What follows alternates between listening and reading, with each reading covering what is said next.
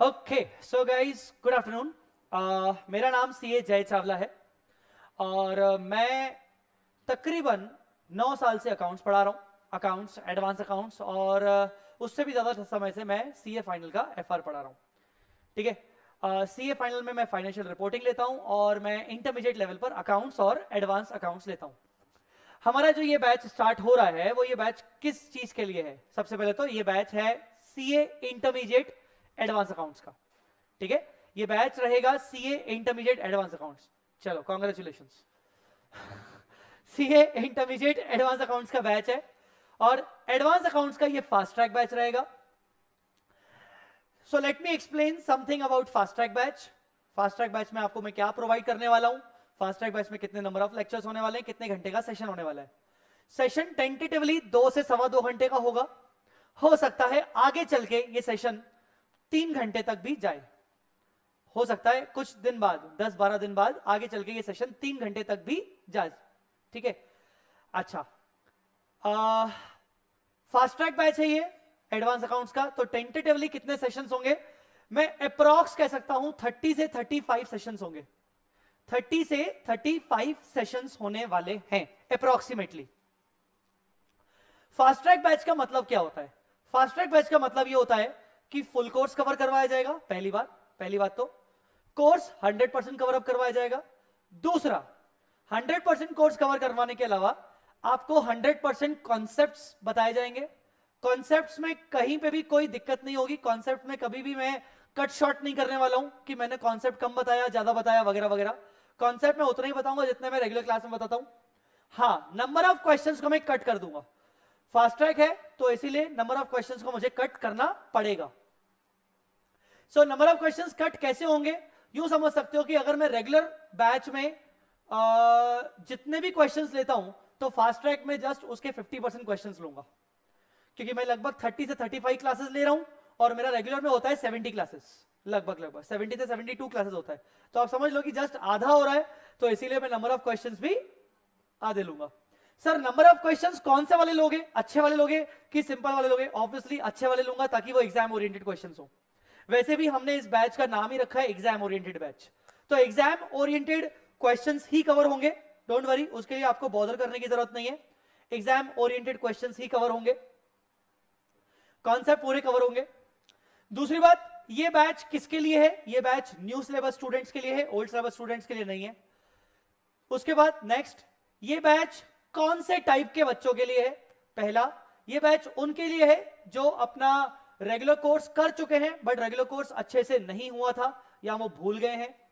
दूसरा, जिनको एक रिवीजन चाहिए, जिनको एक प्रॉपर रिवीजन चाहिए, पहले कर तो चुके हैं पर भूल गए हैं, जिनको एक प्रॉपर रिवीजन चाहिए। और तीसरा, जिन्होंने रेगुलर कोर्स अभी तक नहीं किया है, जिन्होंने रेगुलर कोर्स अभी तक देखा ही नहीं है, एक बार भी नहीं देखा है, बट उनको जल्दी से जल्दी कम समय में पूरा का पूरा कोर्स कवर अप करना है और उनको चलता है कि अगर क्वेश्चंस कम भी होंगे तो ठीक है, कोई दिक्कत नहीं है, उनको चलता है। अगर ऐसा है, उनको चलता है, तो ये बैच उनके लिए भी है, क्योंकि मैंने बोला है कि कॉन्सेप्ट तो मैं वैसे भी पूरे बेसिक से ही करवाऊंगा।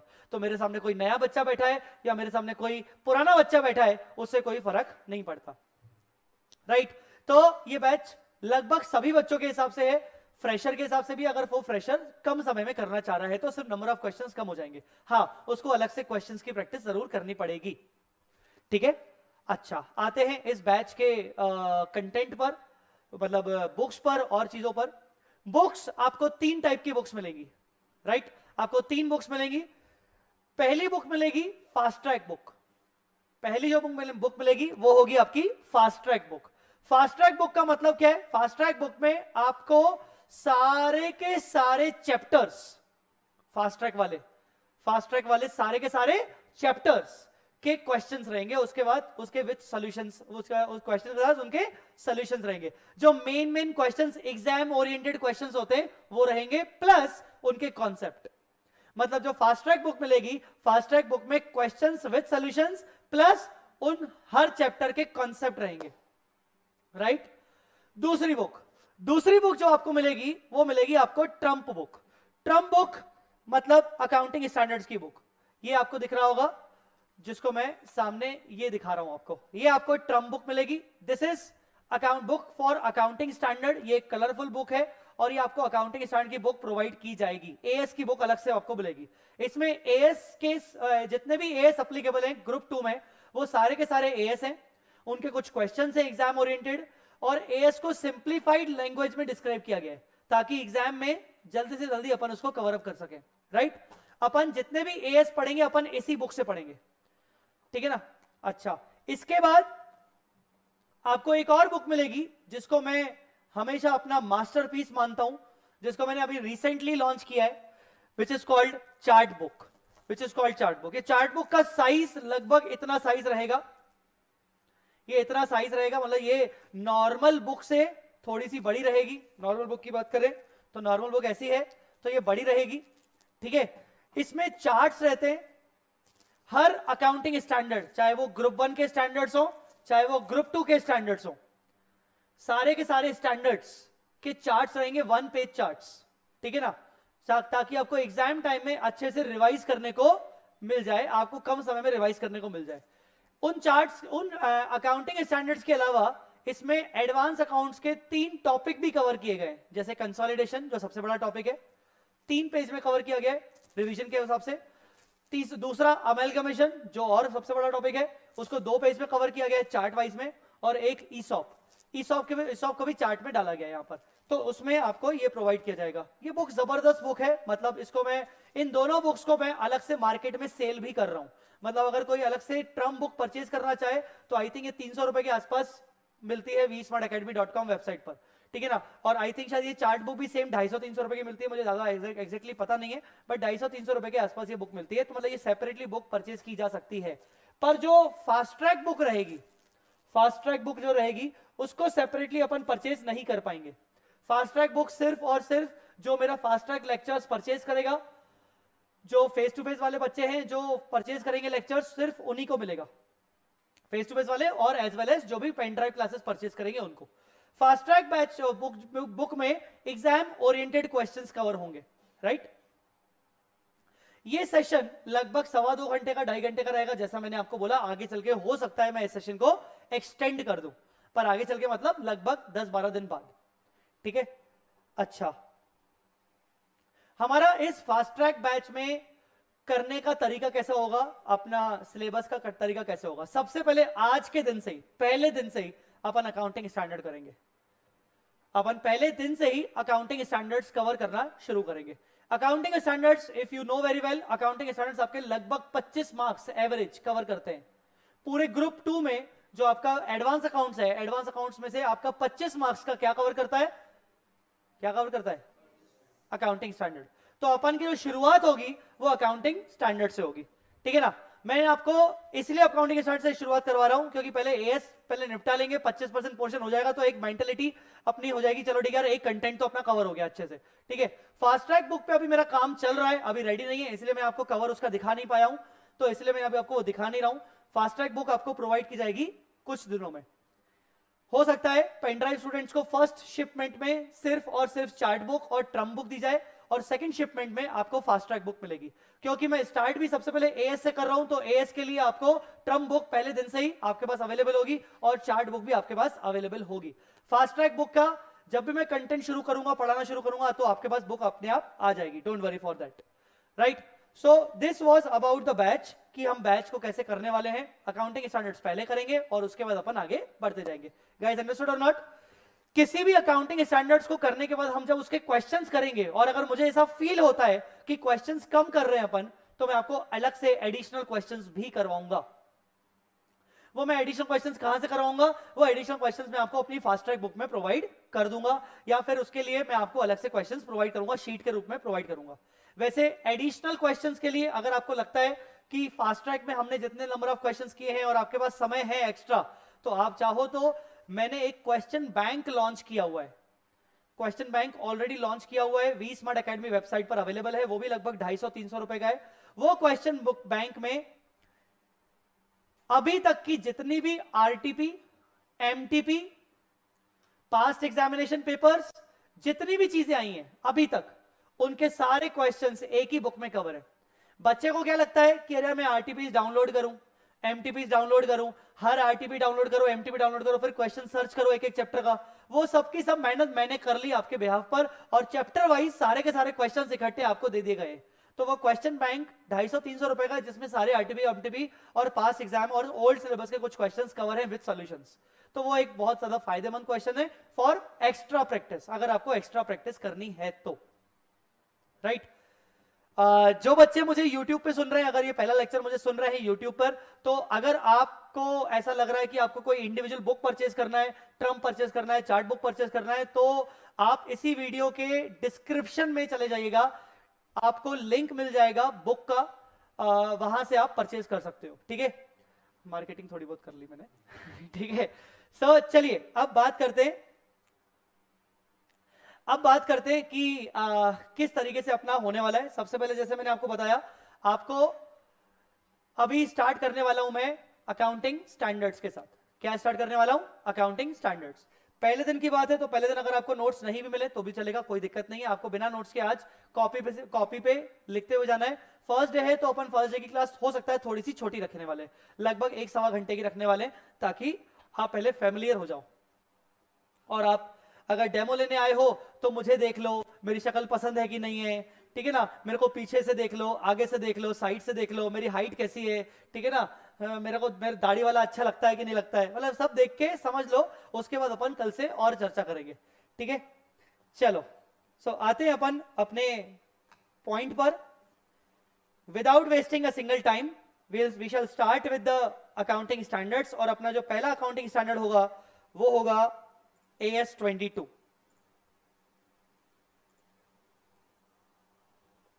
अपना जो पहला अकाउंटिंग स्टैंडर्ड होगा विच विल बी AS22। थोड़ा सा वॉल्यूम बढ़ा दे। AS22।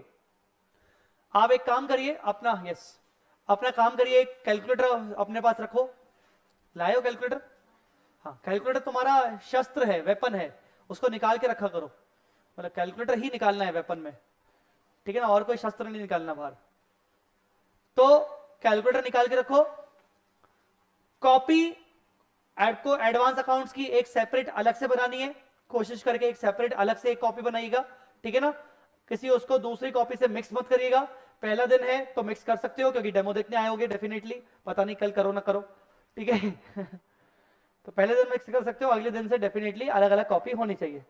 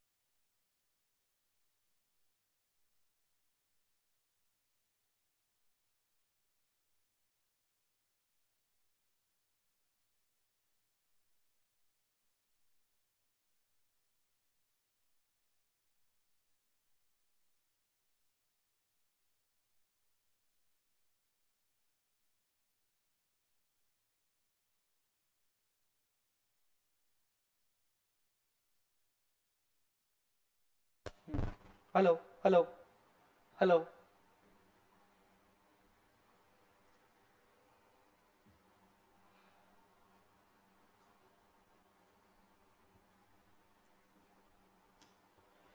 ओके, सो आज का सेशन स्टार्ट करते हैं सबसे पहले अकाउंटिंग स्टैंडर्ड से, और पहला अपना अकाउंटिंग स्टैंडर्ड होगा AS22। पहले तो जितने भी बच्चे यहां पर मेरे सामने बैठे हैं, पहले एडवांस अकाउंट्स पढ़ा है कि नहीं?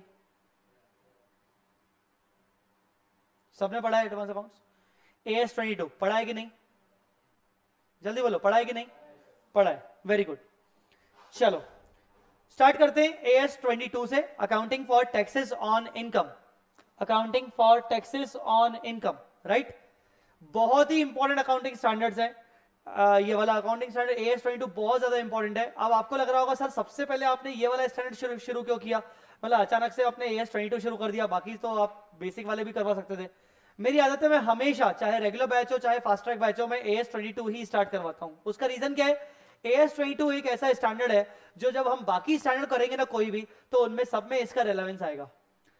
तो इसीलिए जब भी मैं बाकी स्टैंडर्ड में बात करूंगा, तो अगर मान लो मैंने कभी बोला कि उसका टैक्स का इंपैक्ट ऐसा होगा वैसा होगा, तो आप उसको रिलेट कर सकते हो, आप उसको कोरिलेट कर सकते हो। अगर मैं आपको यही वाला स्टैंडर्ड नहीं पढ़ाऊं तो फिर आप कोरिलेट तो कर ही नहीं पाओगे, आप बार बार उसका उलझ जाओगे, यार इसका टैक्स का इंपैक्ट कैसा होगा। तो मैं हमेशा CA फाइनल लेवल पर भी हमेशा मैं यही स्टैंडर्ड पहले स्टार्ट करवाता हूं। स्टैंडर्ड बहुत मजेदार स्टैंडर्ड है, ठीक है? स्टार्ट कर रहे हैं अपन। अगर कुछ आपको लगे तो आप साथ साथ लिख भी सकते हो, पर ज्यादा कोशिश आप करिएगा सुनने में। गाइस सबसे पहले तो मुझे ये बताओ, पीबीटी का फुल फॉर्म क्या होता है? Profit before tax, PBT, profit before tax. Profit before tax को हम इस AS22 में अकाउंटिंग इनकम से जानते हैं। क्या नाम से जानते हैं? Accounting income. हम इसको आज के बाद क्या बोलेंगे? Accounting income. ये पीबीटी या फिर accounting income, what ever you the name में भी, ये आता कहां से? ये आता है तुम्हारे प्रॉफिट एंड लॉस अकाउंट से। कहां से आता है? बोलो बेटा, प्रॉफिट एंड लॉस अकाउंट से।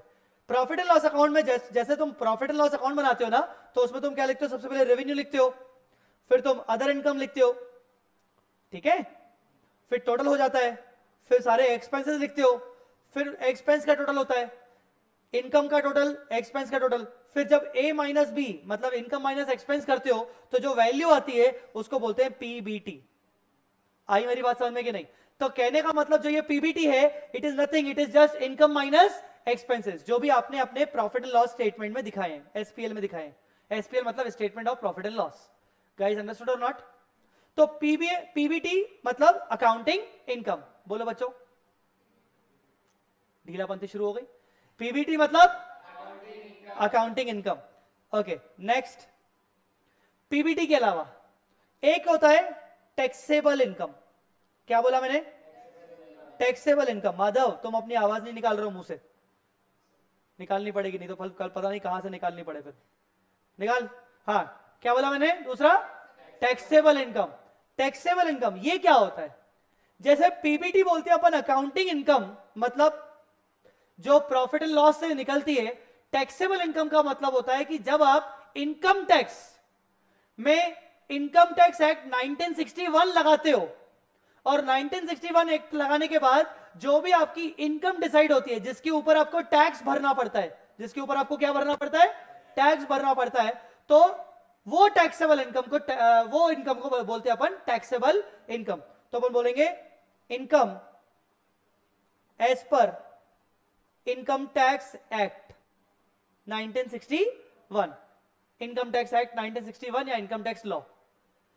ये दोनों इनकम अलग अलग हो सकती है क्या? The answer is yes. क्यों? क्योंकि अगर तुमने डीटी पढ़ा है कभी ना कभी, अगर तुमने डीटी पढ़ा है, डीटी में अगर तुमने पीजीबीपी पढ़ा है, क्या होता है PGBP? Profits and gains from business and profession. तो उसमें तुमने बहुत सारा पढ़ा होगा कि कुछ कुछ सेक्शन में कुछ आइटम्स डिसअलाउड हो जाते हैं, होते हैं कि नहीं होते?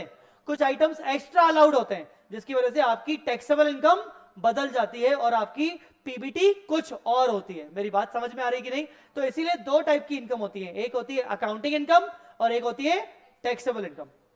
दोनों डिफरेंट हो सकती हैं, दोनों सेम भी हो सकती हैं। मेरी बात समझ में आ रही कि नहीं?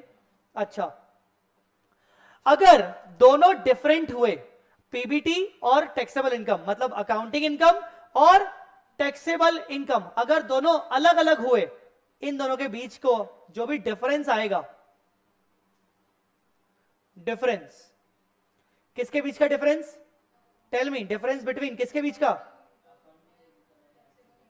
Yes, accounting income and taxable income, इनके बीच का जो डिफरेंस आएगा वो डिफरेंस दो टाइप का होता है।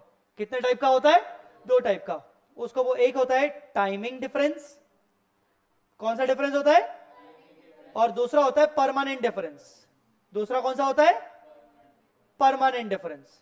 पहला होता है टाइमिंग डिफरेंस और दूसरा होता है परमानेंट डिफरेंस। मैं आपको समझाऊंगा कि टाइमिंग क्या होता है और परमानेंट क्या होता है, मैं अभी समझाऊंगा, रुक जाओ। ठीक है, तो एक होता है पीबीटी, दूसरा होता है अकाउंटिंग इनकम, मतलब एक होता है अकाउंटिंग इनकम, दूसरा होता है टैक्सेबल इनकम। हाँ बेटा सो जा तू है ना, खाना खाया तूने? नहीं खाया, भर भर खाया होगा। अकाउंटिंग इनकम और दूसरा टैक्सेबल इनकम। और अकाउंटिंग इनकम टैक्सेबल इनकम के जो बीच के जो डिफरेंसेस होते हैं वो डिफरेंसेस टाइमिंग डिफरेंस या फिर परमानेंट डिफरेंस। मैं भी बताऊंगा कि टाइमिंग क्या होता है, परमानेंट क्या होता है, भी रुक जाओ। पहले अपन ये बात कर लें कि अकाउंटिंग इनकम और टैक्सेबल इनकम अलग अलग कैसे हुई। अकाउंटिंग इनकम और टैक्सेबल इनकम अलग अलग कैसे हुई वो बात कर लें। अच्छा, एक इंपॉर्टेंट बात बोलूंगा बच्चों, देखो फास्ट ट्रैक बैच है, मतलब आपका टाइम बहुत ज्यादा प्रीशियस है, इसीलिए मुझे भी फालतू का टाइम पास नहीं करवाना है। तो पहली बात, अगर आप ये एक्सपेक्ट करके पढ़ रहे हो कि जय सर फालतू का टाइम पास भी साथ साथ करवाएंगे तो शायद टाइम पास ना के बराबर हो। दूसरी बात, लिखने का टाइम मैं आपको कम दूंगा, क्योंकि मैं चाहूंगा कि मेरे बच्चे समझने में अपना टाइम ज्यादा इन्वेस्ट करें बजाय लिखने का करें। जितना आपके सामने स्क्रीन जितनी देर रहेगा उतनी देर आपके सामने लिखने का टाइम रहेगा। अगर मैंने स्क्रीन हटा दी तो माइट भी आपको लिखने का टाइम ना रहे, क्योंकि मैं जितनी बातें लिखवा रहा हूं वो सब ऑलरेडी आपकी बुक में लिखी हुई आपको मिलेंगी। जो मुझे लगेगा कि नहीं यार ये वाली बुक में नहीं लिखी हुई वो मैं आपको खुद से लिखवाऊंगा, डोंट वरी। तो इसीलिए बार बार ये मत सोचना कि यार स्क्रीन इधर से उधर हो रही है, इधर से उधर हो रही है। थोड़ा सा फास्ट है कि आपको मैनेज करके चलना पड़ेगा, ठीक है? अच्छा, अब मान लो एक प्रॉफिट एंड लॉस अकाउंट है एसपीएल, जिसमें तुमने रेवेन्यू दिखाया है 50 लाख का और उसमें से तुमने एक्सपेंसेस दिखाए हैं। एक्सपेंस में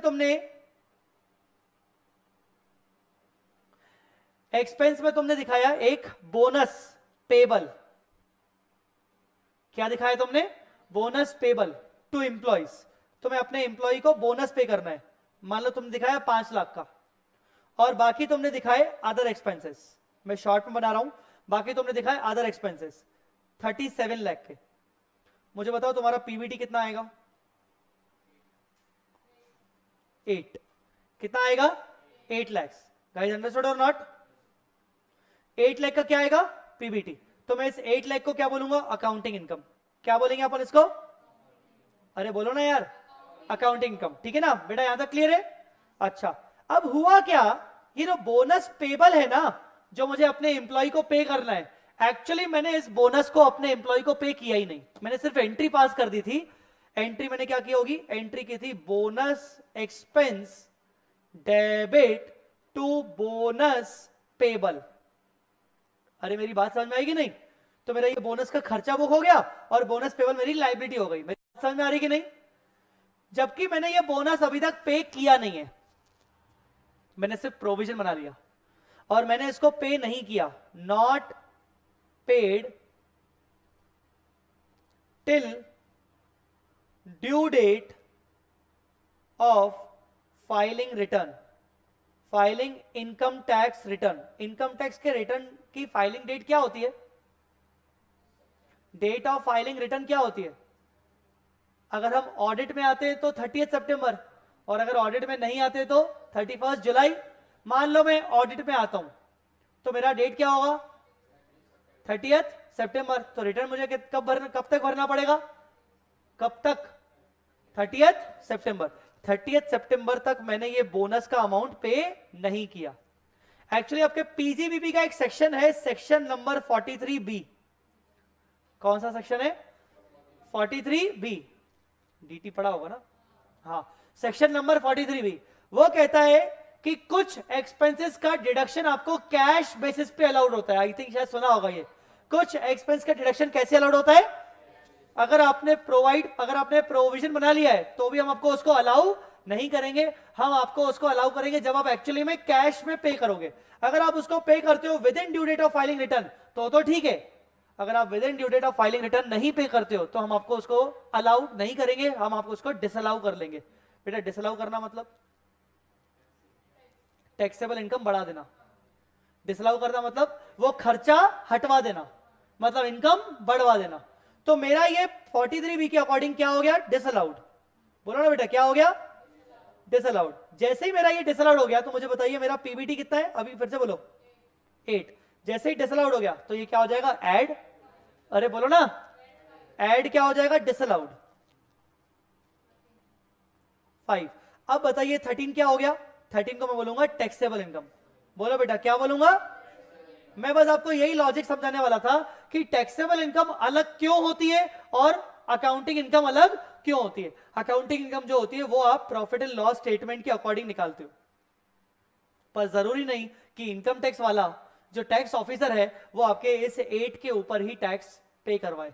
हो सकता है आपने कुछ सेक्शंस के अकॉर्डिंग कुछ सेक्शंस को फॉलो नहीं किया हो, तो हो सकता है आपकी कुछ इनकम्स चार्जेबल ना हो, या इनकम एक्स्ट्रा चार्जेबल हो, या एक्सपेंसेस डिसअलाउड हो।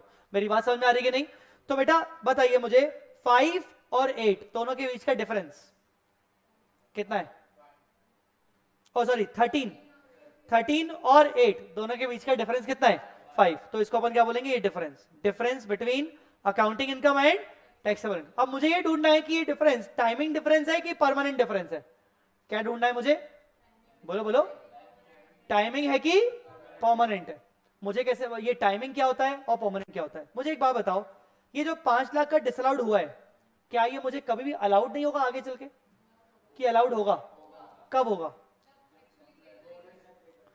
कब होगा? जब एक्चुअली हम इस 5 लाख को पे कर देंगे ना। ये जो 5 लाख है टू बोनस पेबल, जब मैं इसको पे करूंगा, मान लो मैं इसको पे करूंगा 4 साल बाद, तो जब मैं इसको पे करूंगा मान लो 4 साल बाद, तो मुझे 4th ईयर में इसका क्या मिलेगा?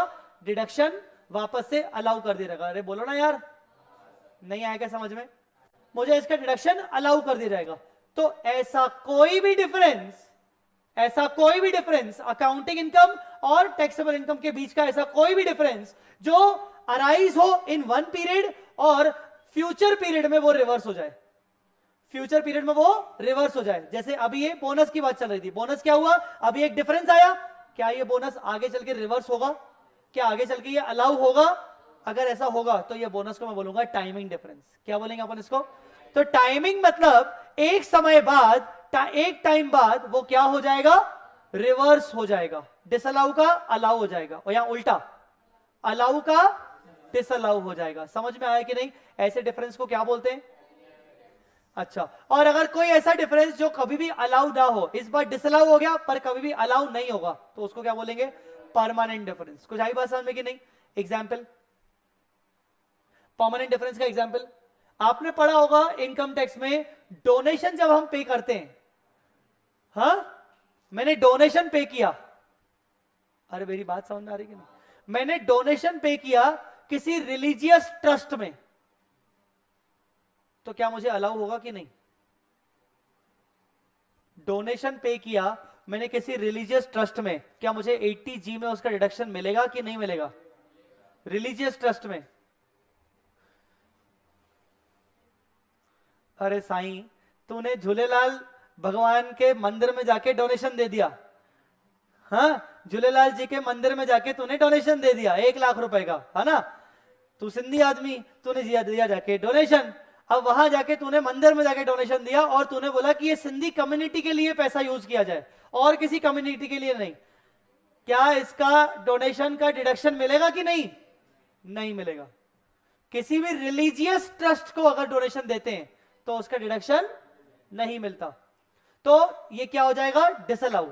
पर क्या आगे चल के अगले साल में अलाउ होगा क्या? नहीं। तो ये कौन सा डिफरेंस हो गया? इससे मेरी टैक्सेबल इनकम बढ़ जाएगी। कुछ आया समझ में कि नहीं? तो बेटा डिफरेंसेस अकाउंटिंग इनकम और टैक्सेबल इनकम के बीच का डिफरेंसेस जो होते हैं वो टाइमिंग डिफरेंस भी हो सकते हैं और वो परमानेंट डिफरेंस हो सकते हैं। आज के बाद एक बात याद रखना कि अगर परमानेंट डिफरेंस होगा तो कभी भी उस पर डीटीए डीटीएल नहीं बनेगा, डीटीए नहीं बनेगा, डीटीएल भी नहीं बनेगा।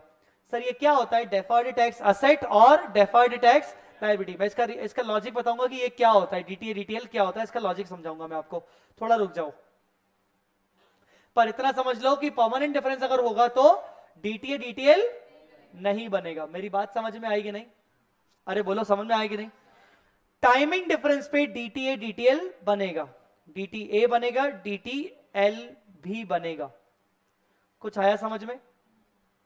ठीक है।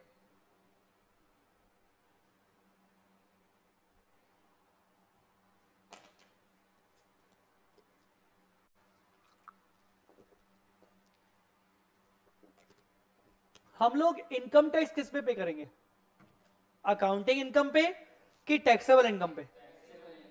हाँ, टैक्सेबल इनकम के ऊपर क्या पे करोगे? Income tax.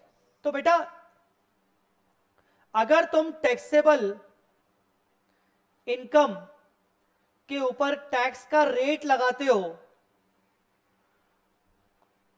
तो हमारा क्या आएगा? Income tax. उसको हम आज के बाद बोलेंगे करंट टैक्स। क्या बोलेंगे? करंट टैक्स का मतलब होता है टैक्स ऑन टैक्सेबल इनकम। कौन सी इनकम के ऊपर? टैक्सेबल इनकम के ऊपर। मेरी बात समझ में आई कि नहीं? नहीं आई क्या? तो मुझे बताओ इस एग्जाम्पल के थ्रू मुझे बताओ मेरी अकाउंटिंग इनकम कितनी है? 8। मेरी टैक्सेबल इनकम कितनी है? 13। शिलोम शलोम शिलोम शालोम शालोम, जवाब भी देना है, रिएक्ट भी करना है ना? हाँ, तो 13। अच्छा, अभी थोड़ी देर पहले तुम आए नहीं थे, मैंने एक प्रवचन दिया था क्लास स्टार्ट होने से पहले, वो तेरे को बाद में दे दूंगा अलग से। बढ़िया बढ़िया। तो टैक्सेबल इनकम 13 है और अकाउंटिंग इनकम 8 है। टैक्स किस पे लगेगा? 13 पे। तो बताइए करंट टैक्स किस पे निकालूं? मान लो 30% का टैक्स रेट है। कितना परसेंट? तो 13 लाख के ऊपर 30%, 3.9, इसको बोलेंगे करंट टैक्स। क्या बोलेंगे? Current tax. आया समझ में कि नहीं? बचपन में हम इसको प्रोविजन फॉर टैक्स के हिसाब के नाम से जानते थे, प्रोविजन फॉर इनकम टैक्स। बचपन मतलब फाउंडेशन, ठीक है ना? बचपन में अपन इसको किस नाम से जानते थे? Provision for income tax. आई मेरी बात समझ में कि नहीं? मतलब मुझे इतना टैक्स पे करना है, ये होता है करंट टैक्स। गाइस यहां तक क्लियर हुआ कि नहीं? इसकी एंट्री क्या होती है?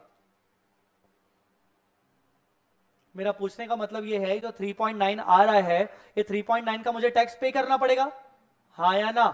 तो टैक्स पे करने से पहले मैं इसकी एंट्री पास करूंगा कि मुझे टैक्स पे करना है। तो करंट टैक्स या फिर प्रोविजन फॉर टैक्स की एंट्री क्या होती है? याद रखना, कोई भी प्रोविजन हमेशा P&L से बनता है। कहां से बनता है? तो मैं एंट्री क्या करूंगा? Profit and loss account debit to, जल्दी बोलो, to provision for income tax. तो मैं उसको शॉर्ट में CT लिख सकता हूं, करंट टैक्स। बोलो ना बेटा, टू प्रोविजन फॉर टैक्स की जगह पे क्या लिख सकता हूं? To current tax. कितना लिखूं? 3.9। आपको पता है मैंने क्या किया? एक तरीके से मैंने P&L को डेबिट किया, मतलब मैंने खर्चा बुक कर लिया। क्या बुक कर लिया? खर्चा बुक कर लिया। और टू करंट टैक्स किया, मतलब मैंने एक लायबिलिटी दिखा दी कि मुझे पे करना है। अरे बोलो, समझ में आया कि नहीं? P&L को डेबिट किया मतलब एक्सपेंस बुक कर दिया, और CT क्रेडिट किया मतलब लायबिलिटी बुक कर ली। आई मेरी बात समझ में? अब ये जाएगा कहां पर? ये कहां जाएगा? ये P&L में जाएगा। ऑब्वियसली P&L डेबिट है तो याद है तुमने P&L बनाया था यहां पर, ये देखो, ये तुमने PBT बनाया था यहां पर। इसके नीचे तुम्हें दिखाना पड़ता है माइनस टैक्स एक्सपेंस। क्या दिखाना पड़ता है? Tax expense. एक ये हेड है टैक्स एक्सपेंस। अरे समझ आया कि नहीं? और यहां पर तुम्हें दिखाना पड़ेगा करंट टैक्स। ये करंट टैक्स की जो एंट्री है, वापस से इस एंट्री को देखो, करंट टैक्स की एंट्री वापस से देखो ध्यान से। आपको नहीं लगता डेबिट मतलब एक्सपेंस बुक किया है, हाँ? और क्रेडिट मतलब हमने एक लायबिलिटी बनाई है, हाँ? और अगर ये डेबिट मतलब एक्सपेंस बुक किया है, मतलब P&L में ये माइनस होगा। ये सर नो? तो अगर माइनस होगा तो इसीलिए मैं माइनस कर रहा हूं टैक्स एक्सपेंस करंट टैक्स। कितना? 3.9। मेरी बात समझ में आई कि नहीं? अगर मैं ये 3.9 बाहर लिख दूं, मतलब ऐसा दिखा दूं 3.9, तो इतना गलत इंपैक्ट जाएगा शेयर होल्डर्स के ऊपर, इतना गलत इंपैक्ट जाएगा कि शेयर होल्डर हो सकता है तुम्हारी कंपनी से तुम्हारा शेयर होल्डर का विश्वास तुम्हारी कंपनी से उठ जाए। क्यों? शेयर होल्डर को लगेगा कि मेरी कंपनी ने कितना कमाया 8, जबकि उसके ऊपर टैक्स कितना दिया, निकालना कितना परसेंटेज हो रहा है 3.9 डिवाइड बाय 8 48 पॉइंट। अब शेयर होल्डर बोलेगा मैं कोई कान में बीड़ी तो लगा के नहीं आया हूं, ठीक है ना, पता तो मुझे भी है कि भाई टैक्स रेट चलता है 30%। बोलो बेटा, तो वो बोलेगा पागल समझा है मुझे तुमने, टैक्स रेट तो 30% चलता है, तुमने ये 3.9 क्यों दिखाया है? पर ये तुम जानते हो कि तुमने क्यों दिखाया है, क्योंकि तुम्हारा एक डिसअलाउ हो गया था वैल्यू, याद करो, और तुम्हारा टैक्सेबल इनकम कितना था 13। तो ये जब था तो तुम्हें उसको बताना पड़ेगा कि नहीं बताना पड़ेगा? आ रही है मेरी बात समझ में कि नहीं? और एक और बात, आपको नहीं लगता आपके मैचिंग प्रिंसिपल की धज्जियां उड़ रही है? मैचिंग प्रिंसिपल क्या होता है? मैचिंग प्रिंसिपल कहता है अगर आप एक पर्टिकुलर ईयर में इनकम दिखा रहे हो तो उस इनकम के अगेंस्ट उतने के ही एक्सपेंसेस दिखाना, मैच करके जो है चलना जरूरी है। तुमने इनकम कितनी दिखाई है 8 की, तो 8 के अगेंस्ट टैक्स भी 8 के बराबर का दिखाओ, टैक्स भी 8 के बराबर का दिखाओ। यहां पर मैचिंग प्रिंसिपल की धज्जियां उड़ रही है। कुछ आई बात समझ में कि नहीं? बोलो बच्चों।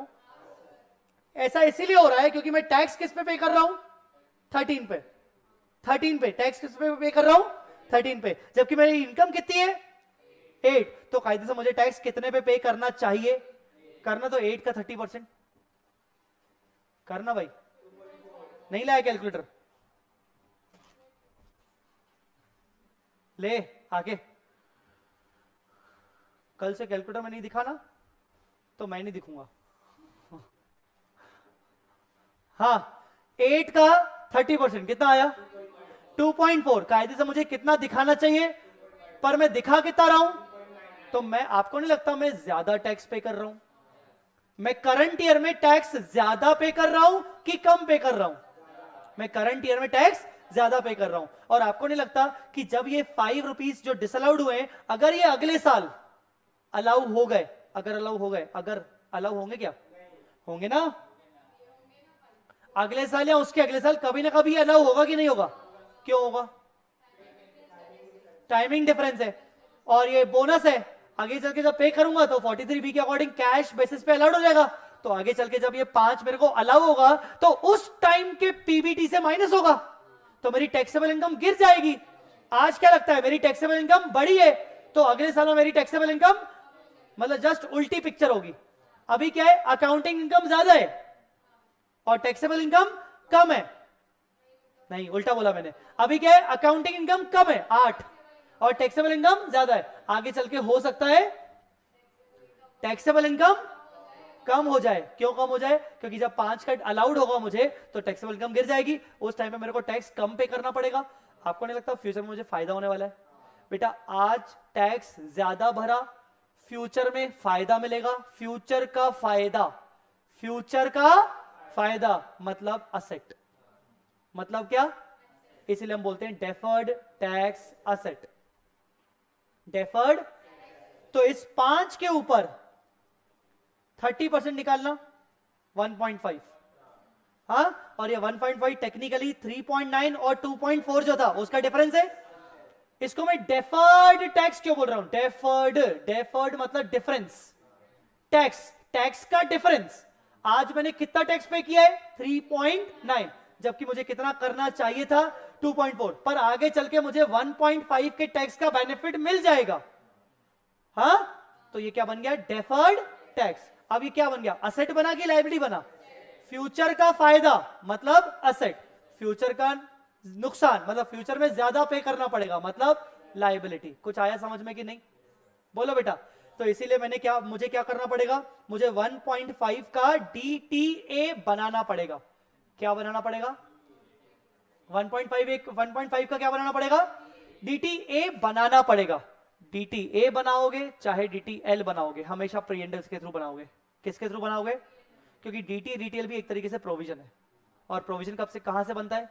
प्रीएंडल से। तो बताओ डीटीए बनाने की एंट्री क्या करोगे? ए है असेट, असेट हमेशा क्या होता है? डेबिट। तो एंट्री क्या करोगे? DTA account debit to PNL account. अरे आया समझ में कि नहीं? कितना?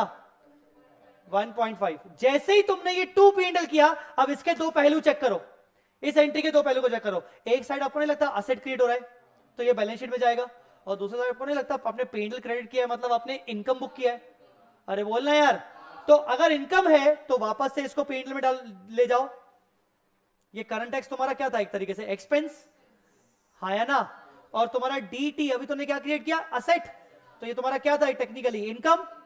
बोलो ना कितना, 1 पॉइंट, तो बताओ नेट कितना आया, 2 पॉइंट, और इस 2.4 को हम क्या बोल रहे हैं, टैक्स एक्सपेंस। आया 2.4, हो गया मैचिंग प्रिंसिपल। तो ये AS22 हम क्यों पढ़ रहे हैं, मैचिंग प्रिंसिपल के लिए पढ़ रहे हैं। कुछ आया समझ में कि नहीं, इस AS22 का लॉजिक क्लियर हुआ कि why we are studying this AS22, because आप साला टैक्स भरते हो किसी और चीज पर और पेंडल में प्रॉफिट दिखाते हो कोई और चीज, तो आपकी मैचिंग प्रिंसिपल की धज्जियां उड़ जाती है। तो आपको क्या करना पड़ता है, आपको वापस से मैच करना पड़ता है। इसके लिए आपको DTA या DTL क्रिएट करना सिखाया जाता है। समझ आया कि नहीं।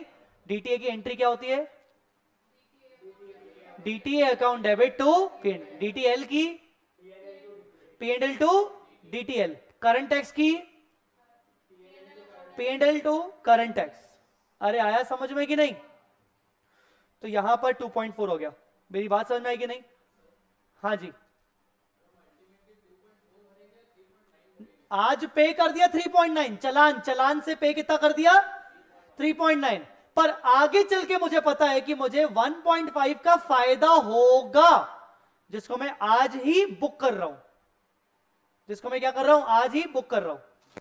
सर आप आज ही बुक कर रहे हो फ्यूचर माने होने वाले फायदे को, सर ये तो प्रूडेंस कॉन्सेप्ट के अगेंस्ट हुआ।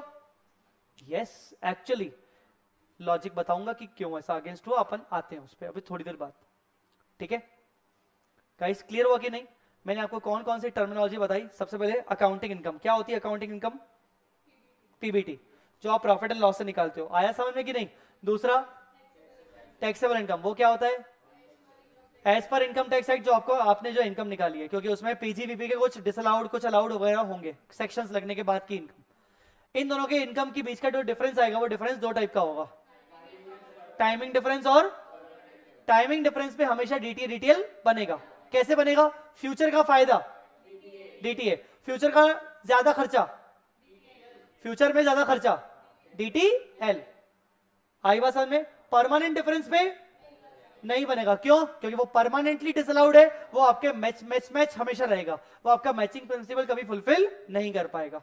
आई मेरी बात समझ में कि नहीं। अच्छा, करंट टैक्स का मतलब क्या होता है, टैक्सेबल इनकम के ऊपर जो टैक्स भरते हैं, टैक्स ऑन टैक्सेबल इनकम। अरे बोलो ना। अच्छा फिर से पूछ रहा हूं, करंट टैक्स का मतलब क्या होता है, टैक्स ऑन, तो डेफर्ड टैक्स का मतलब क्या होता है, टैक्स ऑन टाइमिंग डिफरेंस। देखो ध्यान से सोचो, आपने डेफर्ड टैक्स अभी कितना निकाला था, 1.5, किसके ऊपर निकाला था, 1.5 किसके ऊपर निकाला था, 5 के ऊपर, 5 का डिफरेंस था, टाइमिंग डिफरेंस था, तो इसका मतलब DT का मतलब क्या हुआ, टैक्स ऑन टाइमिंग डिफरेंस। आया समझ में कि नहीं। अरे बोलो ना। अच्छा, करंट टैक्स किस नेचर की होती है, एक्सपेंस की income, expense, current tax expense होता है ना। और डेफर्ड टैक्स असेट किस नेचर की होती है, हाँ, तो इसीलिए डेफर्ड टैक्स असेट क्या करते हैं, माइनस, और डेफर्ड टैक्स लायबिलिटी किस नेचर की होती है, तो इसलिए क्या करेंगे, ऐड, एक्सपेंस से एक्सपेंस ऐड होगा, बोलो ना बेटा। और इनको ऐड लेस करने के बाद जो भी आया उसको बोलते हैं अपन टैक्स एक्सपेंस। क्या बोलते हैं, टैक्स एक्सपेंस। समझ आया।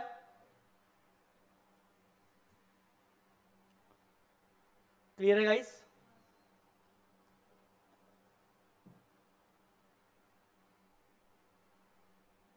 पक्का। यहां तक क्लियर।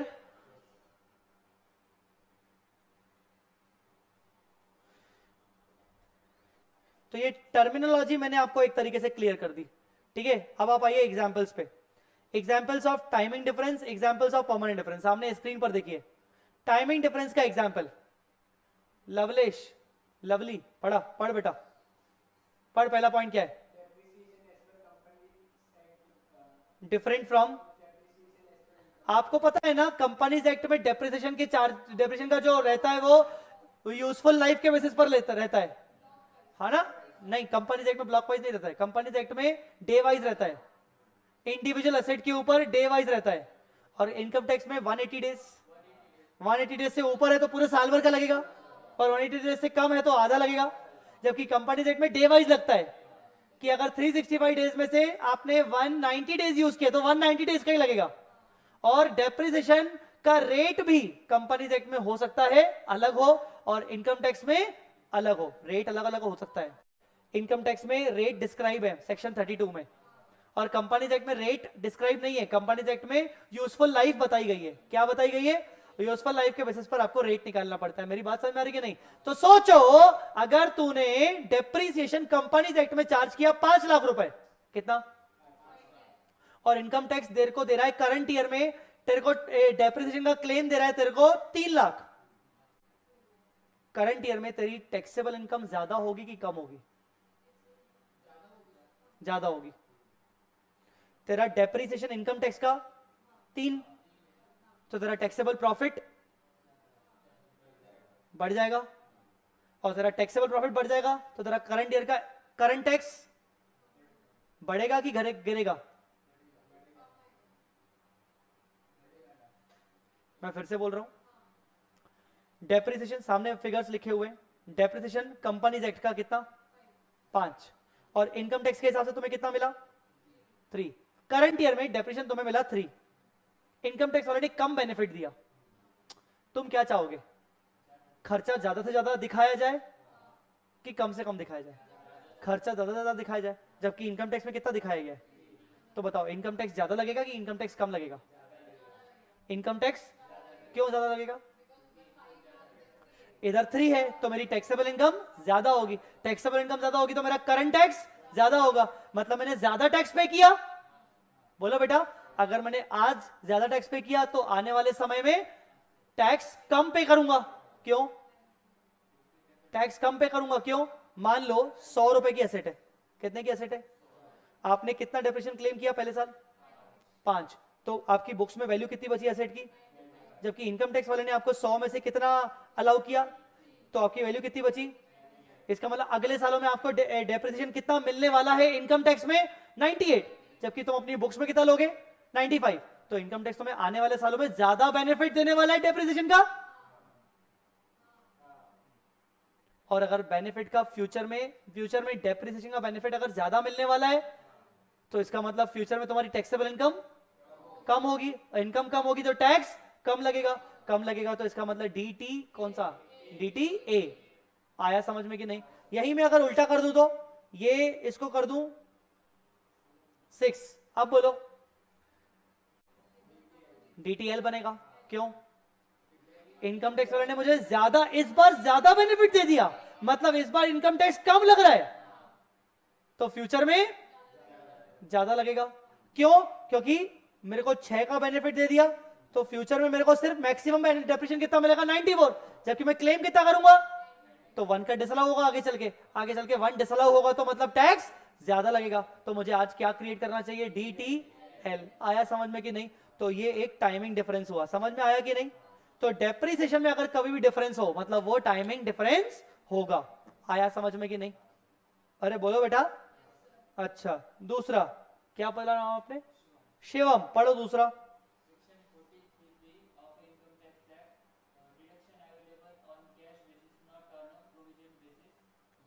ये अभी आपने थोड़ी देर पहले डिस्कस किया था, सेक्शन 43 बी में आपके खर्चे डिसअलाउ हो जाते हैं।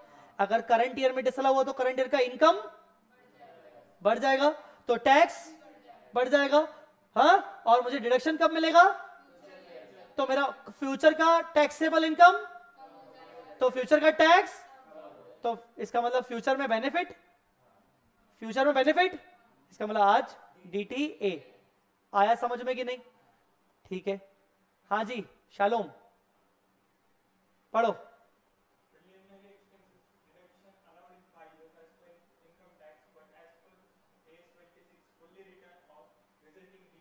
Resulting DTA. प्रिलिमिनरी एक्सपेंस नाम तो सुना होगा। हाँ, क्या होते हैं प्रिलिमिनरी एक्सपेंस? सर जब कंपनी को इनकॉर्पोरेट करते हैं तो वो खर्चे होते हैं। आपको पता है एएस 26 क्या बोलता है? एएस 26 बोलता है अगर तूने प्रिलिमिनरी एक्सपेंस किए मान ले 6 लाख रुपए के शुरू में, पूरे के पूरे पीएनएल में डाल दे। पूरे के पूरे कहां डाल दे? पीएनएल में। तो सोच अगर तूने 6 लाख के खर्चे किए फर्स्ट ईयर में, तो फर्स्ट ईयर में तेरा 6 लाख पूरा का पूरा पीएनएल में चला गया, तेरा नेट प्रॉफिट 6 लाख से गिर गया। हाँ, इनकम टैक्स वाला बोलता है कि प्रिलिमिनरी एक्सपेंसेस का हम तेरे को बेनिफिट 5 साल में देंगे। अगर तुम्हें याद हो तो सेक्शन 35D, सेक्शन 35D 5 साल में देंगे। तो इसका मतलब करंट ईयर में सब तुम्हें 6 डिवाइड बाय 5 मतलब 1.2 का बेनिफिट मिलेगा। तो इसका मतलब करंट ईयर में तुम्हारा बाकी का डिसअलाउड हो जाएगा। अगर करंट ईयर में डिसअलाउड होगा तो टैक्स करंट ईयर का बढ़ जाएगा, तो फ्यूचर ईयर का कम हो जाएगा, क्योंकि फ्यूचर में तुम्हें डिडक्शन मिलेगा। अरे फ्यूचर में मिलेगा ना, फ्यूचर में कितना डिडक्शन मिलेगा? जितना इस बार डिसअलाउड हो गया था, मतलब 6 में से 1.2 का डिडक्शन इस बार तुम्हें मिल रहा है, तो मतलब बाकी का 4.8 जो इस बार डिसअलाउड हुआ था वो तुम्हें अगले सालों में फ्यूचर में मिलता रहेगा। तो तुम्हारे क्या बनाना चाहिए? रिजल्टिंग इन डीटीए, इसलिए लिखा है रिजल्टिंग डीटीए। समझ आया कि नहीं? अरे समझ आया कि नहीं? हाँ जी।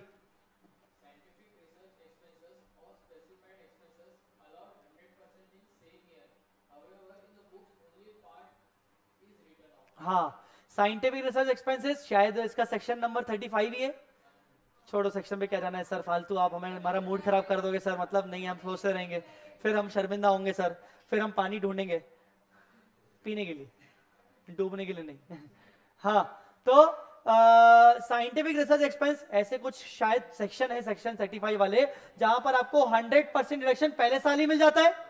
आप कुछ कैपिटल एक्सपेंडिचर करते हो और फर्स्ट ईयर में आपको पूरा डिडक्शन मिल जाता है। किसमें? इनकम टैक्स में। पर आपने अपनी बुक्स में तो डिडक्शन नहीं लेते हो, आप अपनी बुक्स में हो सकता है थोड़ा थोड़ा करके डिडक्शन लो।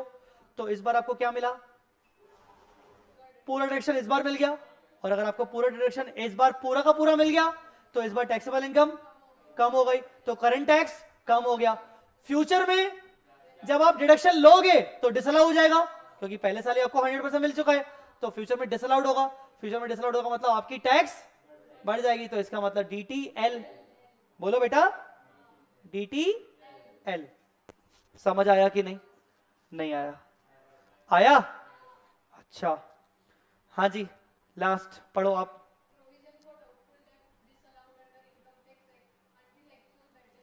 आपको मालूम होना चाहिए पीजीबीपी में ही बैंकिंग कंपनीज को छोड़कर प्रोविजन फॉर डाउटफुल डेट्स जो हो जाता है वो डिसअलाउड हो जाता है।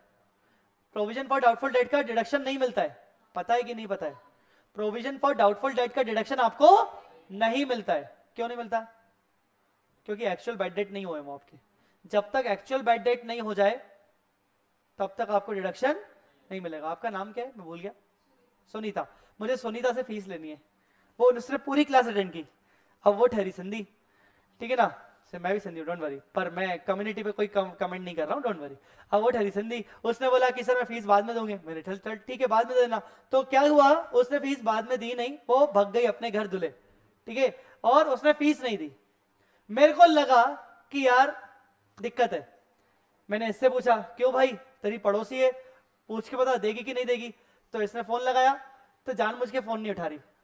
तो फोन नहीं उठा रही तो मैंने सोचा यार ये तो पेमेंट शायद नहीं करेगी, तो मैंने प्रोविजन फॉर डाउटफुल डेट बना दिया। जब भी कोई कंपनी प्रोविजन बनाती है तो मतलब still there are some chances कि शायद मिल जाए। तो मैंने प्रोविजन बनाया कि मेरी फीस गई और मुझे लगता है कि अब पैसा नहीं आएगा, तो मैंने 10,000 का प्रोविजन बनाया, ठीक है? बोलो बेटा क्लियर? प्रोविजन बनाया होगा तो पीएनएल से बनाया होगा, तो मेरी अकाउंटिंग इनकम कम हुई होगी। बोलो बेटा, इनकम टैक्स वाला इस प्रोविजन का मुझे डिडक्शन नहीं देगा, ये डिसअलाउ कर देगा, मतलब मेरी टैक्सेबल इनकम बढ़ जाएगी। टैक्सेबल इनकम बढ़ जाएगी तो क्या होगा? करंट टैक्स बढ़ जाएगा, मतलब करंट ईयर में मैंने टैक्स ज्यादा दे दिया। बोलो बेटा, अगले साल में मुझे सही में सुनीता ने पैसे नहीं दिए, वो भाग गई, वो एब्रॉड चली गई, शादी वादी हो गई, सब हो गया। उसके बाद कॉल करके बताती है जय सर पैसे नहीं दूंगी, क्या कर लोगे? उखाड़ लोगे, आ जाओ। ठीक है, आई बात समझ में कि नहीं? मतलब जैसे ही सामने वाला बोल दे मतलब क्या हुआ? Bad debt. बोलो ना, तो मेरा हो गया बैड डेट, सच्ची मुच्ची बैड डेट हो गया। तो इनकम टैक्स वाला बोलता है कि अब हम आपको डिडक्शन देंगे। अरे नहीं आया क्या समझ में? तो जब मुझे डिडक्शन इसका सच्ची मुच्ची मिलेगा तो अगले साल में मिलेगा, तो अगले साल में मेरा टैक्सेबल इनकम कम हो जाएगा, कम हो जाएगा तो करंट टैक्स कम लगेगा, तो क्या होगा बताओ? डीटीए। समझ आया कि नहीं? बोलो बच्चों क्लियर? ये मैंने आपको जितने भी एग्जांपल्स पढ़ाए ये सब टाइमिंग डिफरेंसेस के एग्जांपल थे। गाइस अंडरस्टूड और नॉट?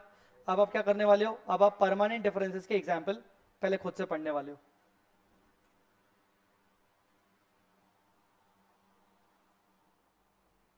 पढ़िए परमानेंट डिफरेंस का एग्जांपल।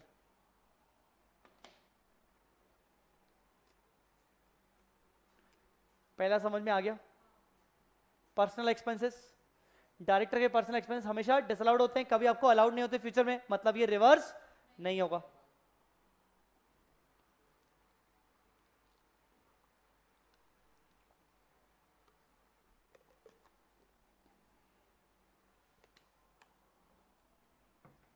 दूसरा कौन सा है,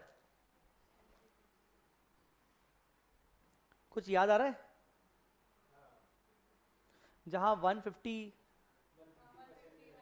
100 से ऊपर, याद आ रहा है कि नहीं? कितना मिलता है? 150।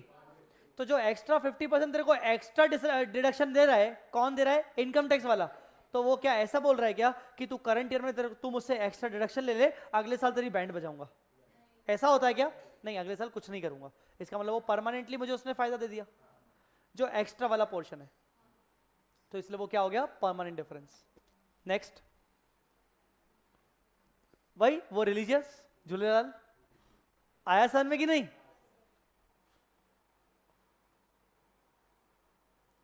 गाइस क्लियर हुआ कि नहीं? जल्दी बोलो। सो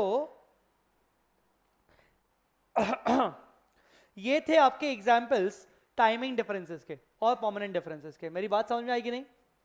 बोलो ना यार।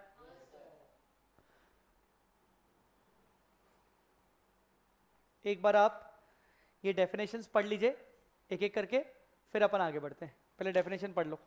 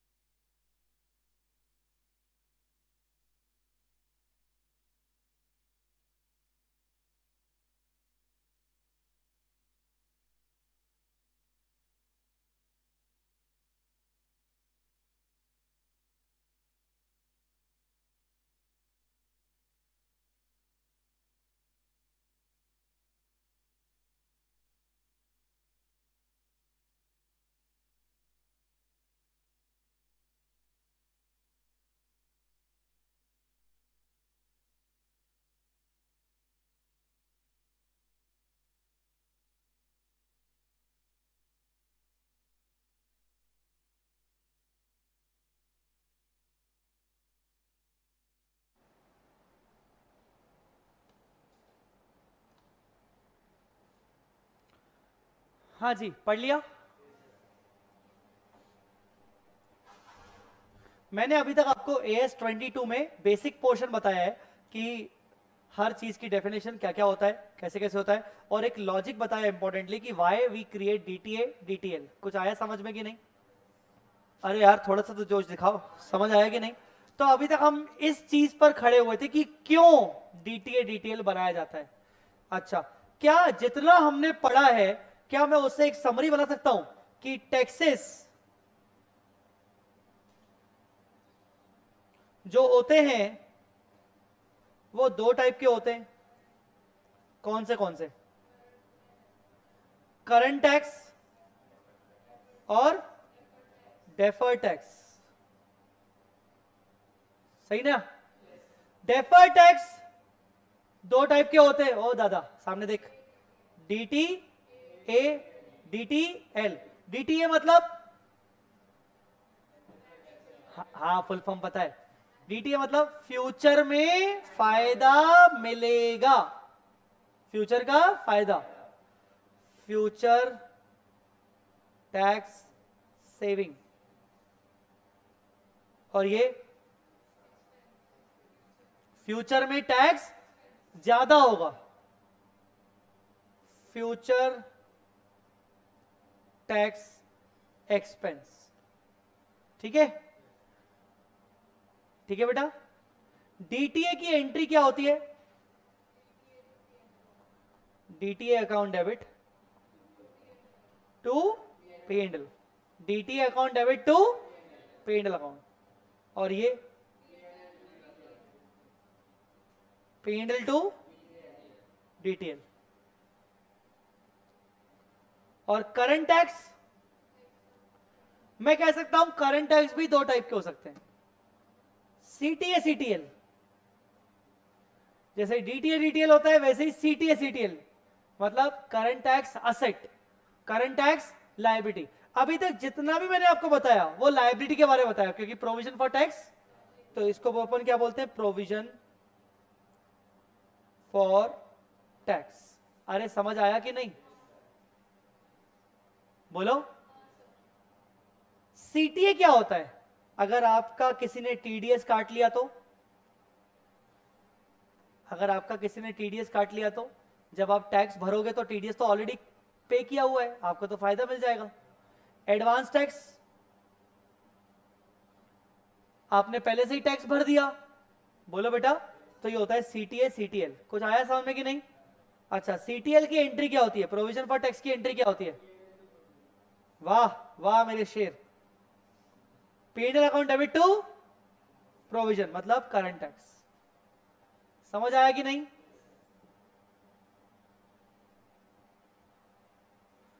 क्लियर? और एक और क्या होता है? Tax expense. क्या होता है? Tax expense. उसको क्या बोलते हैं? सीटी प्लस माइनस डीटी। क्या कह सकता हूं मैं? हाँ क्यों ना क्यों? प्लस मतलब डीटीएल माइनस डीटीए। समझ आया कि नहीं? पक्का गाइस? क्लियर हुआ कि नहीं हुआ?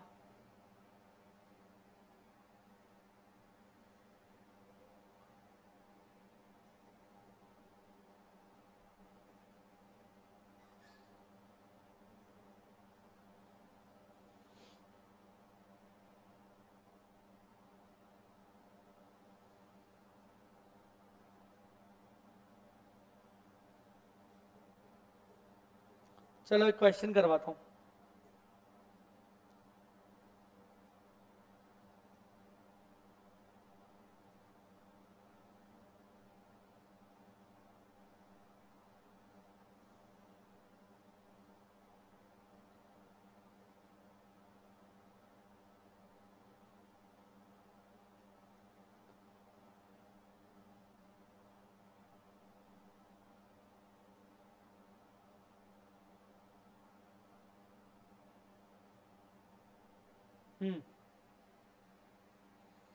सामने देखो क्वेश्चन।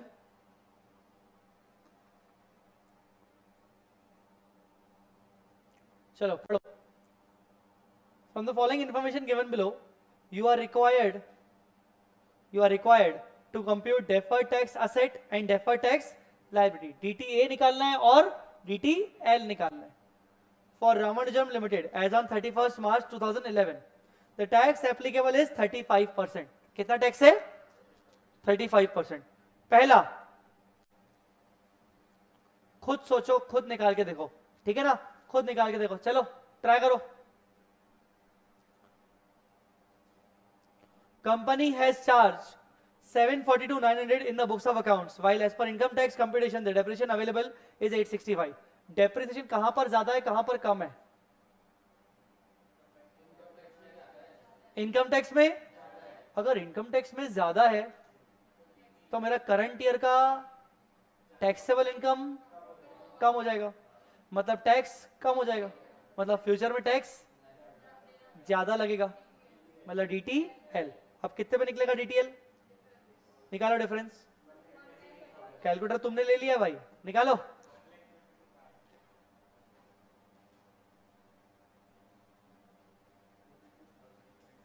और इसका 35%, 870 क्या बनेगा, dt l। आया समझ में कि नहीं? Next,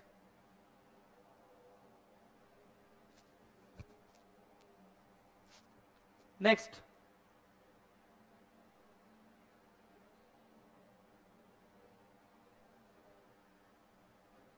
company has made provision for doubtful debt 54,300 during the year, बस इतना लिख दिया। तो आपको खुद दिमाग चलाना है। कंपनी ने प्रोविजन बनाया है तो कंपनी का प्रोविजन डिसअलाउ हो जाएगा। अरे सुनीता भाग गई, हाँ याद आ रहा कि नहीं? कंपनी का प्रोविजन बन गया, डिसअलाउड हो जाएगा। अलाउ कब होगा? जब वो खा जाएगी पैसे, सही में जब वो फोन करेगी, याद है ना, जब बैड डेट हो जाएगा। एक्चुअली बताओ dt a की dt l? हाँ dt a। कैसे a? फ्यूचर में डिडक्शन मिलेगा। हाँ कितना बनेंगे?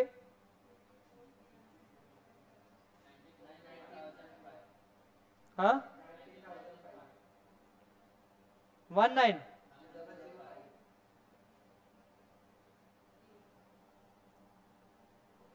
ठीक है next,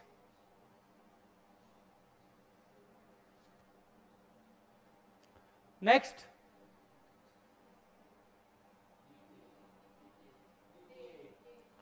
share issue expenses 623,500 company ने डेबिट किए, मतलब कंपनी ने खर्चा किया, which will be available for deduction from next year, अगले साल मिलेगा। तो करंट ईयर में डिसअलाउड हो गया तो ज्यादा टैक्स लगेगा, अगले साल डिडक्शन मिलेगा तो फ्यूचर का फायदा क्या होगा, DTA. Very good. 623 into,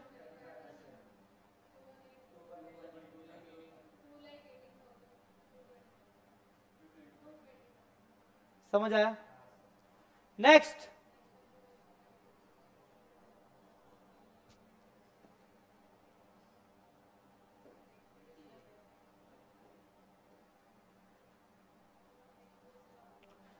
expense of 784 has been charged to P&L which are disallowed under income tax। पर ये बोल नहीं रहा कि अगले साल अलाउड होगा, मतलब परमानेंट डिफरेंस क्या होगा ये?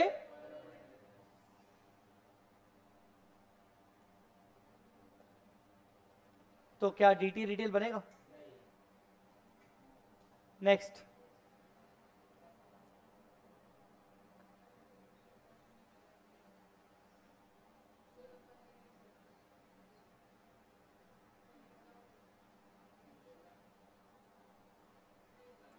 कंपनी हैज मेड डोनेशन, कौन सा वाला पूछ रहा हूं?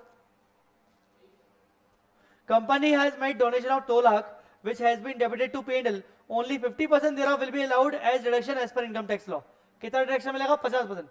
बाकी 50% फ्यूचर में भी नहीं मिलेगा। डिसअलाउड हो गया मतलब हो गया। तो बताओ 2 लाख में से कितना अलाउड हुआ? 1 लाख। तो 1 लाख, तुमने 2 लाख का खर्चा किया है और 1 लाख अलाउड है। अरे बोलो ना यार, हाँ आया समझ में कि नहीं?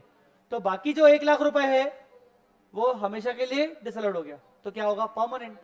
और जो 1 लाख मिला है वो तो दोनों जगह मिला है ना, तो 1 लाख परमानेंट डिफरेंस। तो कोई भी डीटीएल रिटेल नहीं बनेगा। तो मुझे बताओ फाइनली डीटीएल कितना बना? नहीं नहीं नेट मत करो, डीटीएल अलग। डीटीएल कितना मिला? 42 डीटीएल और डीटीए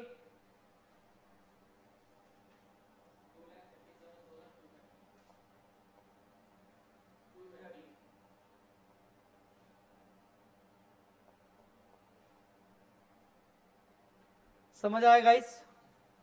बोलो।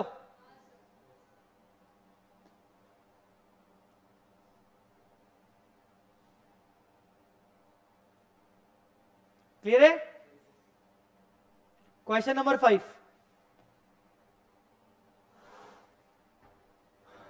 क्वेश्चन नंबर 5 पढ़ो।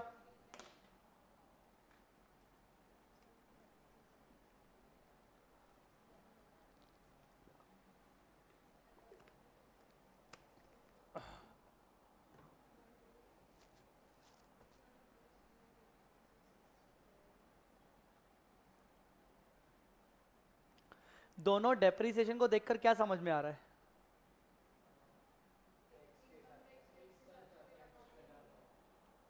इनकम टैक्स में 5 लाख, मतलब इस साल करंट ईयर में taxable income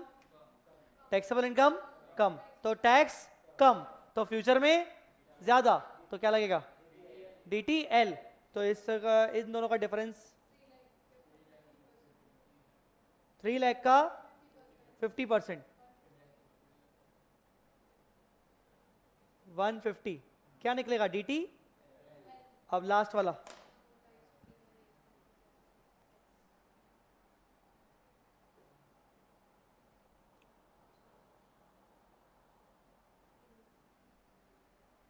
unamortised preliminary expense as per tax record, मतलब इनकम टैक्स के हिसाब से कुछ पोर्शन अभी भी क्या है अनअमोटाइज है, मतलब फ्यूचर में डिडक्शन मिलेगा। इनकम टैक्स के हिसाब से अभी भी मुझे फ्यूचर में इसका डिडक्शन, तो क्या होगा DTA की DTL, DTA, तो क्या बनेगा DTA कितना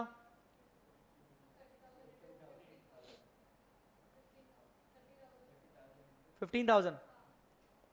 तो बताओ DTL 150 और DTA 15, नेट कितना बनेगा 135 का क्या बनेगा DTL। क्या एंट्री पास करोगे P&L account debit to DTL।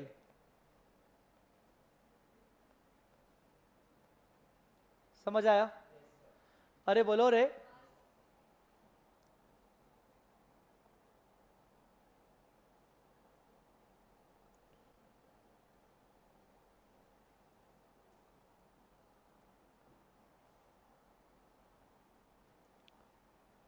तुम लोगों ने AS7 का नाम सुना है? Construction contract. AS9 है रेवेन्यू, AS7 का नाम क्या है कंस्ट्रक्शन कॉन्ट्रैक्ट। AS7 का नाम है कंस्ट्रक्शन कॉन्ट्रैक्ट। तुम लोगों को पता है कंस्ट्रक्शन कॉन्ट्रैक्ट किसके ऊपर अप्लीकेबल होता है? कॉन्ट्रैक्टर के ऊपर। किसके ऊपर? फिर से बोलो किसके ऊपर? कॉन्ट्रैक्टर AS7 लगाता है, और कॉन्ट्रैक्टर जब कॉन्ट्रैक्ट रेवेन्यू बुक करता है, मैंने आपसे कहा आपके साथ कॉन्ट्रैक्ट किया कि मैं आपको बिल्डिंग बना के दूंगा, आपने बोला कि ठीक है मैं आप मुझे 1 करोड़ रुपए दोगे, क्या दोगे? तो 1 करोड़ हो गया आपका फिक्स प्राइस कॉन्ट्रैक्ट।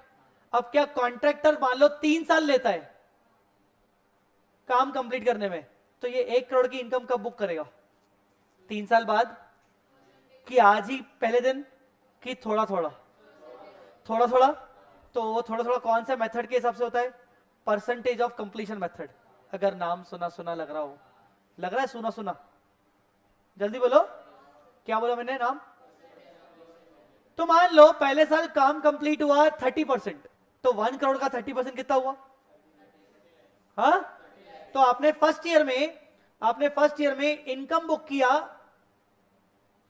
30 लाख का, बोलो ना बेटा, जबकि कस्टमर ने आपको दिया 40 लाख रुपीस, कस्टमर ने आपको 40 लाख रुपीस दे दिया। अरे बोलो यार, तो इनकम टैक्स बोलता है कि जितना तुम्हें कस्टमर पे करेगा हम टैक्स उस पर लगाएंगे, मतलब हम तुम्हारी इनकम वो मानेंगे। तो तुम्हें लगता है कि 30 लाख मैंने बुक किया तो मतलब ये मेरी अकाउंटिंग इनकम हो गई, हाँ, जबकि टैक्स किस पे लगेगा?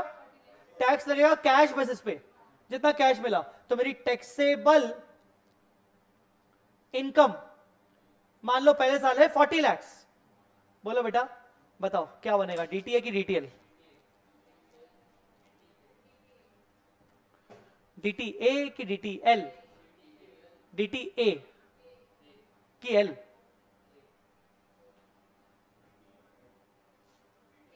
A कैसे? A कैसे?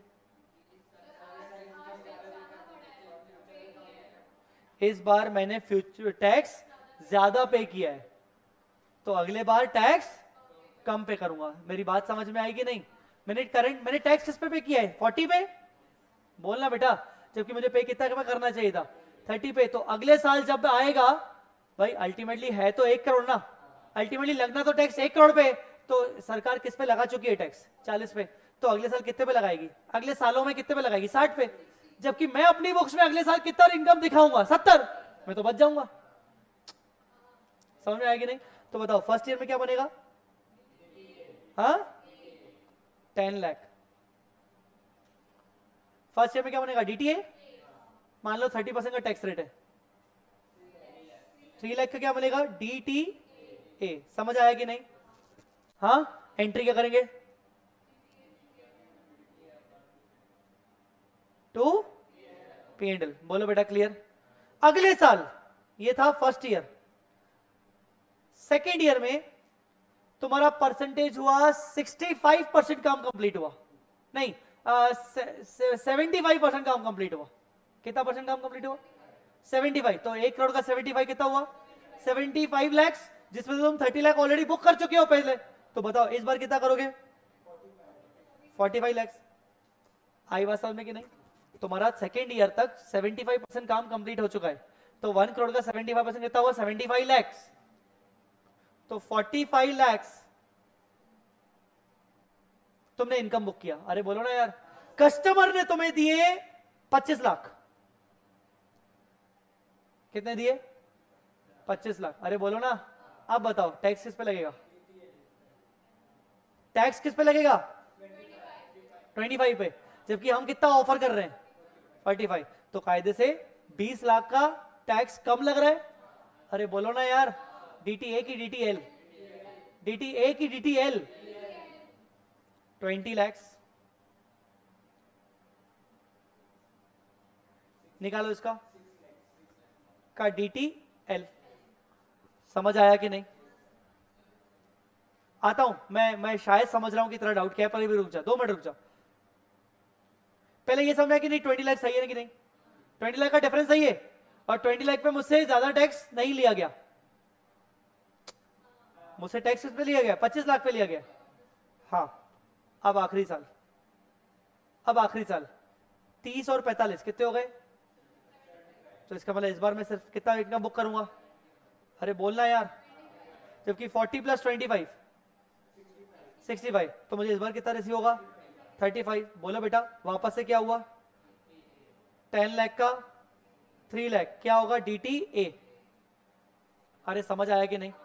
बोलो बेटा। अब मैं थोड़ा सा इसको और एलोबरेट कर लेता हूं, सेकेंड ईयर वाला स्पेशली। पहले मैंने सबसे पहले क्या बनाया? क्या सोच के? फ्यूचर में टैक्स की सेविंग हो गई। अरे बोलो ना यार। जब फ्यूचर में टैक्स की सेविंग होगी तो देखो अगले साल सेविंग हो रही है कि नहीं? हाँ हो रही है, क्योंकि अगले साल देखो किस पे टैक्स लग रहा है? 25। लगना कितने कितने पे चाहिए? 45। तो कायदे से जो मैंने पिछले साल सोचा था, ये वाला जो मैंने पिछले साल सोचा था कि DTA होगा, इस साल DTA हो गया। तो क्या मैं बोल सकता हूं कि 6 लाख DTL नहीं है, 6 लाख में से 3 lakh is reversal of DTA है, क्या कह सकता हूं? और बाकी 3 लाख DTL है। नहीं आया क्या समझ में? कैसे? फिर से पिछले साल क्या सोचा था? DTA है, मतलब फ्यूचर में टैक्स की सेविंग होगी। फ्यूचर वो वाला आ गया। अब टैक्स की सेविंग हो गई तो कितने की हुई? 6 की। 6 में से 3 तो पिछले साल सोच लिया था, तो क्या बोलोगे? DTA का रिवर्सल। बाकी 3 लाख DTL। ज्यादा ही हो गया, ज्यादा ही हो गया ना। पर अगले साल इसका मतलब टैक्स ज्यादा लगेगा। तो इस बार वापस है। अच्छा ये क्या आया? DTA। तो मैं इसको बोलूंगा ये DTA नहीं है, ये क्या है? Reversal of DTL। आया समझ में कि नहीं? सोचो इसकी एंट्री तुमने क्या की? 3 लाख की। ये 3 लाख। हाँ अब मुझे बताओ इसकी 6 लाख की एंट्री क्या होगी, जिसमें 3 लाख रिवर्सल है और 3 लाख DTL है। देखो DTL हमेशा क्या होता है? क्रेडिट। तो 2 DTL, और A का भी रिवर्सल, तो 2A DTA 3। तो P&L अकाउंट डेबिट 6। कुछ समझ में आया कि नहीं? नेक्स्ट ईयर L का रिवर्सल DTL टू P&L। अरे बोलो रे। अरे समझ में आया कि नहीं? बोलो ना बेटा। अच्छा एक बात बताओ, करंट टैक्स में क्या ऐड करते हो? DTL। और लेस क्या करते हो?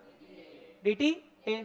अब मुझे बताओ DTL का उल्टा रिवर्सल ऑफ DTL। तो बताओ अगर DTL प्लस हो रहा है तो रिवर्सल ऑफ DTL क्या होगा? मतलब ये DTA और रिवर्सल ऑफ DTL एक ही चीज होती है। अभी अभी उन्होंने देखा ना। हाँ और बताओ ये प्लस, अब DTA माइनस हो रहा है तो प्लस क्या होगा? Reversal of dt a। तो dt a जो होता है और dt l जो होता है वो एक ही चीज होती है। अरे बोलो यार। और ये क्या आता है? Tax expense. कुछ समझ में आया कि नहीं? नहीं आया क्या? पक्का?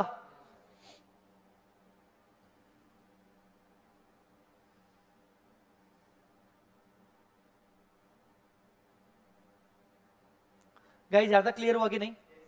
जल्दी बोलो, क्लियर हुआ यहां तक?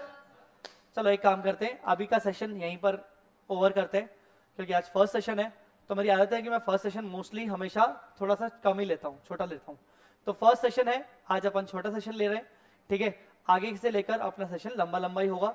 और आज सिर्फ AS22 स्टार्ट हुआ है। और दूसरी बात क्या है, एक्चुअली ना AS22 बहुत भारी जाता है। आई डोंट नो कि आपको ऐसा फील होता है कि नहीं, बट AS22 अदर AS से थोड़ा सा भारी होता ही होता है। एक AS22, एक AS19, ये दोनों भारी AS है, वो लीजेस वाले। तो क्या होता है, थोड़ा मैं चाह रहा हूँ कि भारी AS तो भले थोड़ा सा करके हो, कोई दिक्कत नहीं है। तो बाकी अपन अगली क्लास में डिस्कस करेंगे, ठीक है। अभी के लिए इतना ही। Thank you so much, bye bye, जय माता दी, अल्लाह हाफिज।